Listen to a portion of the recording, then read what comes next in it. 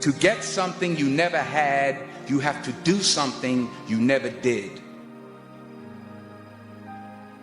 Did you realize that the results in your life are a measure of your habits? What do you do every single day to be successful? That determines who you are. And if I look at your habits right now, I can tell the person that you want to become. And it's a hard thing to really think about, but what are you doing every single day for your health, your lifestyle, your diet, your business? Those little 1% changes can have a massive effect over time. Your outcomes in life are often a lagging measure of your habits. Every action you take is kind of like a vote for the type of person you want to become. And if you can master the right actions, if you can master the right habits, then you can start to cast votes for this new identity, this desired person that you want to be. And I think that's one of the reasons why small habits matter so much. They don't necessarily transform your life overnight. Doing one push-up does not transform your body, but it does cast a vote for being the type of person who doesn't miss workouts.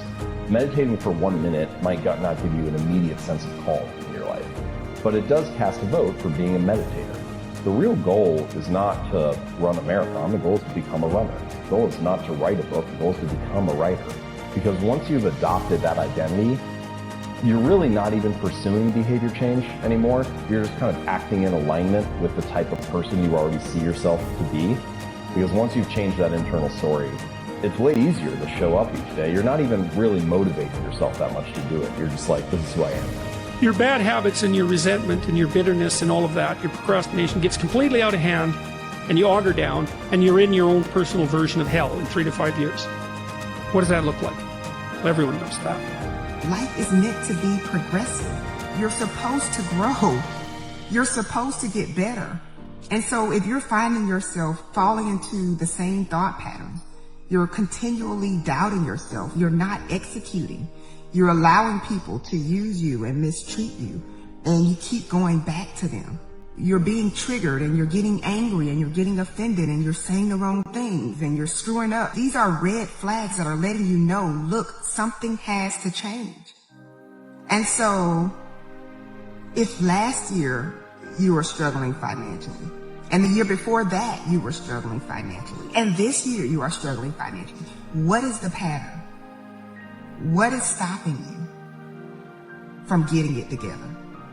You're gonna make it, you can do this, but first you gotta deal with you. There is so much possibility available to you, available to me, available to everyone, to the person sleeping on the street, on the sidewalk.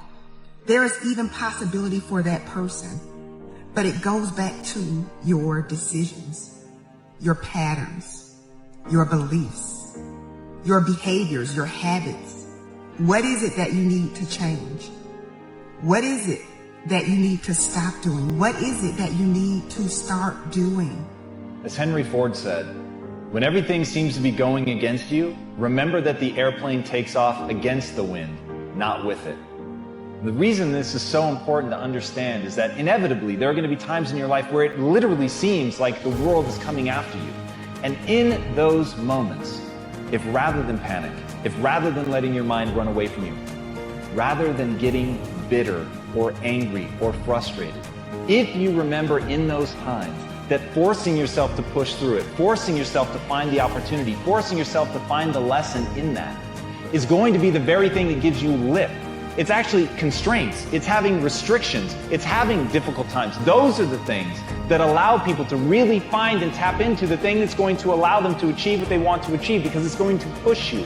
And I know that's never fun. That's not what anybody wants to hear. But the reality is, if you want to achieve something great in your life, you've got to be going into the hard places. You've got to be facing down the difficult things. You've got to be going down that road that is intrinsically difficult. It's untamed. It's wild. And in that sense that it's coming after you, in that sense that you've entered truly hostile territory, in that is the very thing that's going to lift you up and allow you to do what other people haven't done. That's exactly why the terrain seems hostile. That's exactly why it seems like things are crashing down around you. Because you ventured into the unknown. But it's only in the unknown that you're going to be able to find yourself. It's only in the unknown that you're going to be able to accomplish something that other people think is impossible.